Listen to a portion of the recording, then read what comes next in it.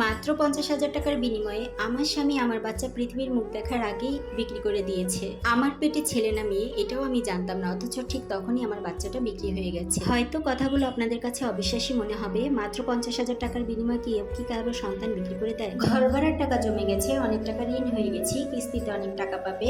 এত কিছু ঋণ দিতে না পেরে আমার স্বামী শেষ পর্যন্ত সিদ্ধান্ত নেয় আমার পেটের বাচ্চাটাকে বিক্রি করে দেবে, আর এই বাচ্চাটাকে বিক্রি করে যে টাকা পাবে সেই টাকা দিয়ে আমাদের সব ঋণগুলো পরিশোধ করতে পারবে। আপনারা যারা আমার ভিডিও দেখছেন তারা হয়তো অনেকে আমাকে চেনেন, কিন্তু আমার এই ঘটনাটা আপনারা কেউ জানেন না, অথবা আমার ঘটনাটি জানেন কিন্তু আমাকে চেনেন না। আমি একটু পরে আমার সম্পূর্ণ ঠিকানাটা বলবো, হয়তো আপনারা অনেকেই আমাকে চিনতে পারবেন। আমি আমার নামটি এবং আমার স্বামীর নামটি একেবারেই গোপন রাখতে চাই। আমি একেবারেই নিম্ন মধ্যবিত্ত পরিবারের একটি মেয়ে। আমার পারিবারিক অবস্থা তেমন একটা ভালো না। আমাদের পারিবারিক অবস্থা ঠিক এরকম, আমার স্বামী যদি একদিন বাজার করে তাহলে আমরা খেতে পারবো, নয়তো খেতে পারবো না। দিন আনলে দিন খাই। আমরা নারায়ণগঞ্জ জেলার সিদ্ধগঞ্জ থানার আশেপাশের একটি বাসায় ভাড়া থাকি। আমাদের বিয়ের কয়েক বছরের মধ্যেই আমার একটি কন্যা সন্তান। আমার কন্যা সন্তানের বর্তমান বয়স 2 থেকে 2.5 বছর। আমার মেয়ের বয়স যখন 1 থেকে 1.5 বছর, তখন আমি জানতে পারি আমি আবারও প্রেগনেন্ট হয়ে গেছি।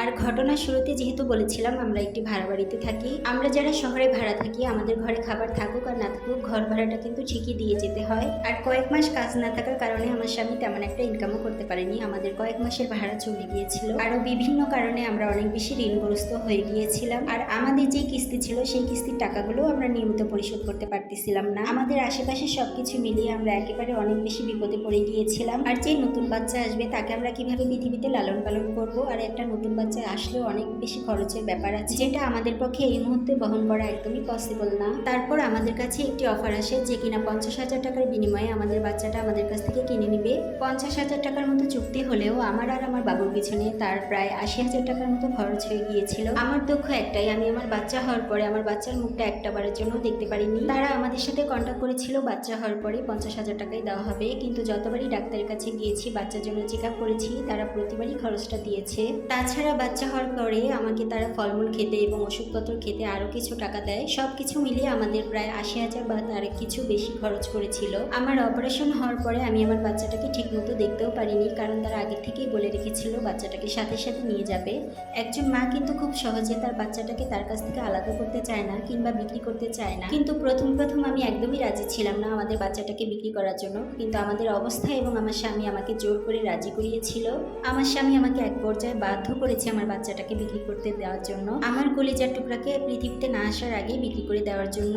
অনেকেই মনে করে আমি আমার সন্তানকে বিক্রি করে তার কথা একদমই ভুলে গেছি, কিন্তু আমি আমার বড় মেয়েকে যখন আদর করি খাওয়াই তখন আমার সেই ছোট মেয়ের কথা অনেক বেশি মনে পড়ে। অথচ আমি এটাই জানি না আমার বাচ্চাটি কার কাছে আছে, কোথায় আছে আর কেমন আছে। যারা নিয়মিত আমার পেজে বা ইউটিউব চ্যানেলে ভিডিও দেখেন তারা তো সবাই জানেন আমাকে অনেকেই ঘটনা লিখে পাঠায়, আর আমি সেই ঘটনা আমার ভিডিওর মাধ্যমে আপনাদের কাছে শেয়ার করে থাকি। আর আজকের ঘটনাটি আমাকে কেউ লিখে পাঠায়নি, এটি একটি বাস্তব ঘটনা, এটি আমার নিজের চোখে দেখা ঘটনা। আমার মায়ের বাড়ির বুয়ার সাথে এই ঘটনা ঘটে গেছে। আমি তো সেই প্রথমে মহিলার কথা একদমই বিশ্বাস করছিলাম না। আমি তো ভেবেছিলাম সেই মহিলার মাথায় হয়তোবা সমস্যা আছে, অথবা তাকে বাচ্চা হওয়ার সময় কেউ টাকা পয়সা দিয়ে সাহায্য করেছে, যেহেতু তার অবস্থা অনেকটাই খারাপ। সেই কথাগুলো সে আমাকে গুছিয়ে বলতে পারতেছিল না। তারপরে যখন আমি আমার মায়ের মুখে শুনলাম এবং আমার বোন আমাকে সব বিস্তারিত খুলে বলল, তখন তো আমি একেবারেই অবাক হয়ে গেলাম। সামান্য ঘর ভাড়ার জন্য কি বাচ্চা বিক্রি করে দিতে হবে? তারপরে শুনতে পেলাম তাদের আরো অন্যান্য সমস্যা ছিল। আমি যখন আমার মায়ের বাড়িতে গিয়ে এই ঘটনা শুনলাম তখন আমি তাকে জিজ্ঞাসা করলাম, আমি কি আপনার এই ঘটনাটা আমার ভিডিওর মাধ্যমে শেয়ার করতে পারবো? তিনি বলল তার হাজব্যান্ডকে তিনি অনেক বেশি ভয় পায়, তাই শেয়ার করলেও যেন আমি তার পরিচয়টা গোপন রাখি। আর তার হাজব্যান্ড যেহেতু ফেসবুক চালায় না, তাই শেয়ার করলেও কোনো সমস্যা নেই। আমার কাছে তো শুধু এটাই অবাক লাগছে, সেই বাচ্চাটা যখন বড় হবে তার কাছে তো 50,000 টাকা কিছুই মনে হবে না, আর মাত্র 50,000 টাকার বিনিময়ে সে তার বাবা মায়ের কাছ থেকে আলাদা হয়ে গেছে।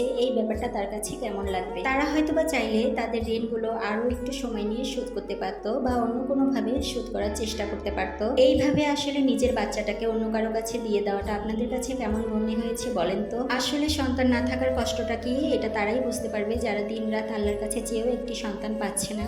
এই ঘটনাটা আপনাদের কাছে শেয়ার করার একটাই কারণ, আপনারা যত বড়ই বিপদে পড়েন না কেন নিজের সন্তানকে কখনো কারো কাছে বিক্রি করবেন না। এটা আল্লাহ রাব্বুল আলামিনের দেওয়া পৃথিবীতে সবচাইতে বড় একটি নিয়ামত। এই যে এতক্ষণ আপনারা আমার ভিডিওটি দেখলেন, আমারও কিন্তু কোনো সন্তান নেই, আজ 16 বছর। এই দুনিয়ার বুকে বাঁচতে হলে বিপদ আসবে, বিপদ চলে যাবে, কিন্তু আপনার সন্তানটা যে চলে গেল সে কিন্তু আর আসবে। আর এই তো আজকের গল্প কাহিনী আমার এই পর্যন্ত। আপনারা সবাই অনেক বেশি ভালো থাকবেন এই দোয়াতে শেষ করছি।